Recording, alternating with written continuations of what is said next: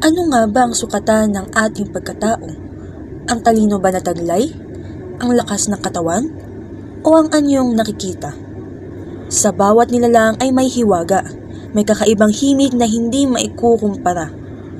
Ang ating pagkakaiba ang siyang bumubuo ng ganda ng mundo at sa pagyakap dito matutuklasan ang tunay na saysay ng pagkakaisa at pag-ibig sa kapwa. Ang tula na ito ay nagsisilbing paalala na ang pag-unawa at pagtanggap sa bawat individual ay mahalaga sapagkat dito nagmumula ang tunay na pagkakaisa at pag-unlad.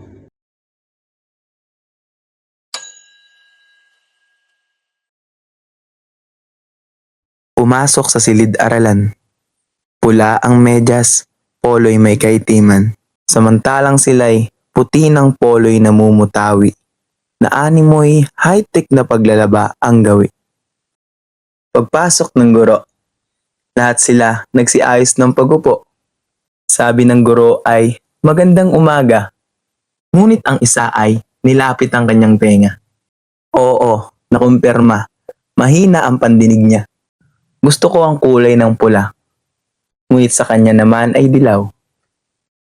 Siya'y kayumanggi. Ikaw naman ay tila anak araw. Iba sila. Iba ikaw. Walang nasa baba o ibabaw. Mahalin ang pagkakaiba. Magkaroon ng pagkatuto sa bawat isa. Hindi porke iba ang pamamaraan niya, sasabihin na agad na nagkakamali siya. Nagkaroon ng pangkatang gawain. Ang isang grupo ay puro matatalino. Ang isa naman ay halo-halo ang talento. Ang matatalino ay nagsisimula ng magtagisan. Ang kabilang grupo naging kalakasan ng pagkakaiba-iba. At dumating na nga ang araw para ipresenta. Ang matatalino, sila ang unang nagpresenta. Ngunit habang nagprepresenta, nag-aaway-away pa. Ngunit ang grupo ng magkakaiba-iba, siksik, liglig ang gawa nila sa ideya.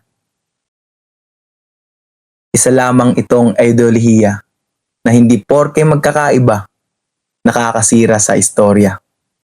Dahil ang totoo, sila ang nagbibigay ng masarap na timpla.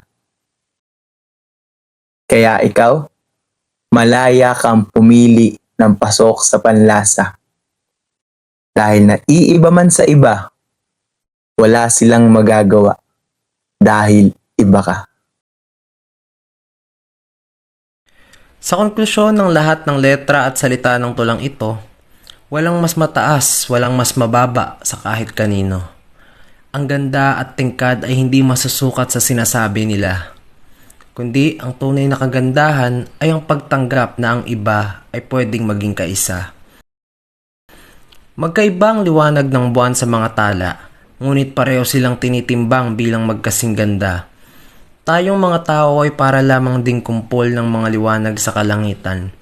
Mas makikita mo ang kanya-kanya nating kagandahan kung lalawakan mo lamang ang iyong isipan, na ang bawat isa ay may kanya-kanyang liwanag ng karikitan.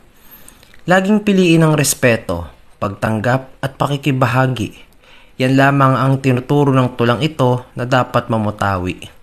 Sapagkat sa huli, ang pagkakaiba at paghahati ay nasa isip lamang ng tao. Ang realidad ay lahat sa atin ay pwedeng mabuhay sa iisang kategorya bilang tayo.